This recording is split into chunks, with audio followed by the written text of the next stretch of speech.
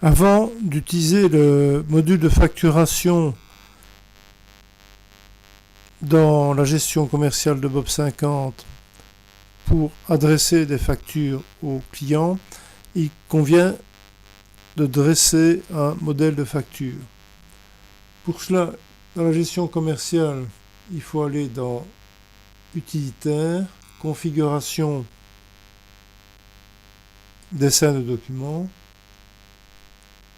Une nouvelle fenêtre apparaît, donc vous choisissez d'abord le type de document, d'abord en appuyant sur Ajouter, donc type de facture. Dans le code, vous mettez qu'il s'agit d'une vente. Description des facturations vente.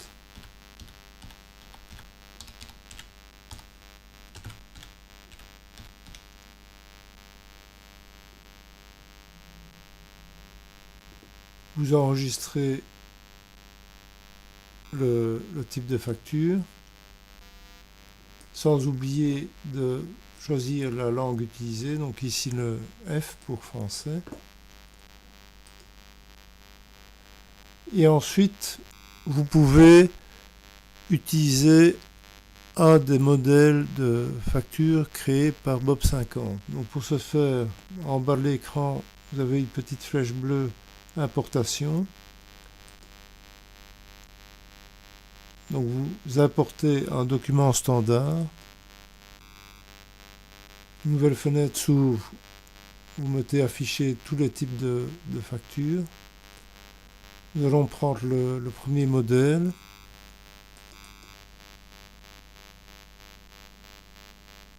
Donc nous voyons un modèle de facture apparaître à droite avec l'entête.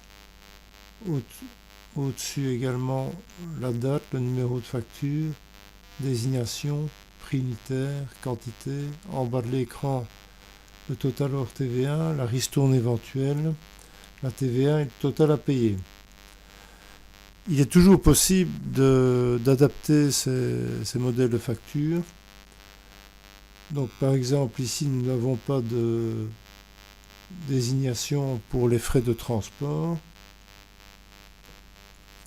Donc nous allons essayer d'ajouter la rubrique frais de port. Pour cela, il suffit de cliquer sur le document standard. Une fenêtre s'ouvre. Nous sommes en Report Builder. Donc comment faire pour ajouter une rubrique frais de transport ou port, simplement. Donc d'abord, il faut un texte. Donc cliquez sur l'icône grand 1.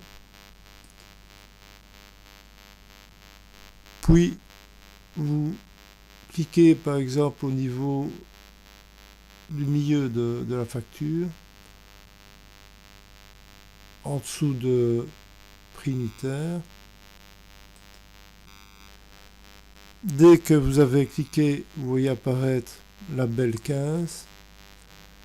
Donc nous voulons appeler cette rubrique port. Donc nous allons dans la barre d'adresse au-dessus à gauche et nous remplaçons label 15 par port.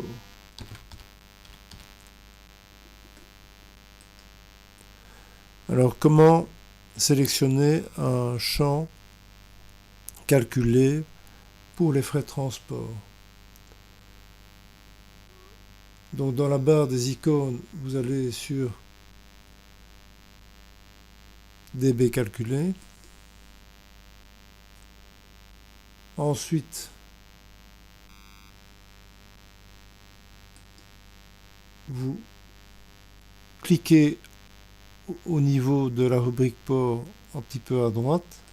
Donc il y a toujours possibilité de déplacer ce qui a été ajouté. Au-dessus de la fenêtre à gauche, vous avez DB sélection. Vous choisissez DB en tête.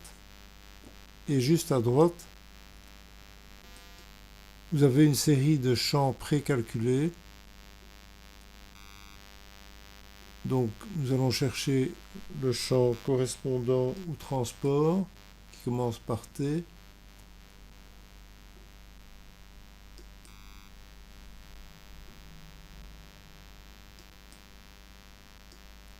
Voilà, c'est le champ TRSP charge AMN. Une fois que vous avez fait cet ajout, vous cliquez sur Fichier, Enregistrer ou CTRL S. Vous enregistrez ça par exemple sous le modèle VENT1.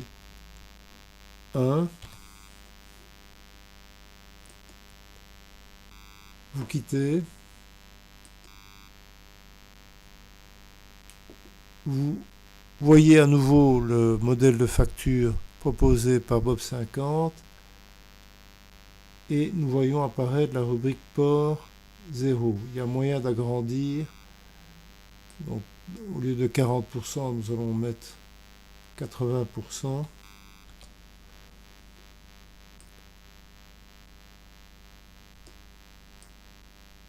Et nous voyons que la rubrique port a été ajoutée. Donc pourquoi 0? Parce qu'il n'y a pour l'instant aucun frais de transport qui n'a été enregistré. Donc notre modèle de facture de vente a été établi. Donc maintenant nous allons créer un journal de facturation vente.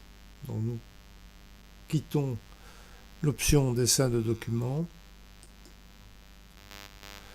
Donc nous nous rendons ensuite dans utilitaire, configuration, liste des journaux, là où figure déjà le journal de bon de livraison fournisseur et le journal de mouvement de stock. Nous allons ajouter donc un journal de facturation vente. Donc nous allons mettre comme référence vente, nom facturation vente,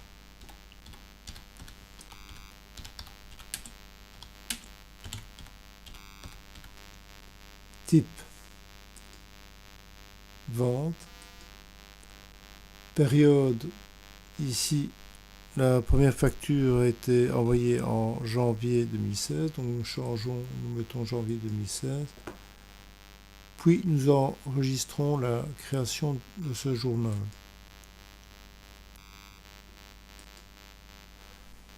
Cependant, avant d'utiliser ce journal de facturation vente, il convient d'opérer quelques paramétrages pour que soient pris en compte les frais de port et la remise globale éventuelle. Donc pour cela, nous devons aller dans Utilitaire, Configuration, Paramétrage de l'encodage.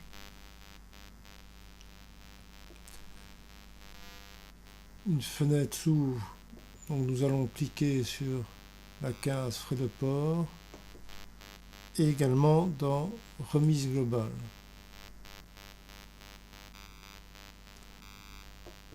Ensuite, nous enregistrons le changement de paramètres.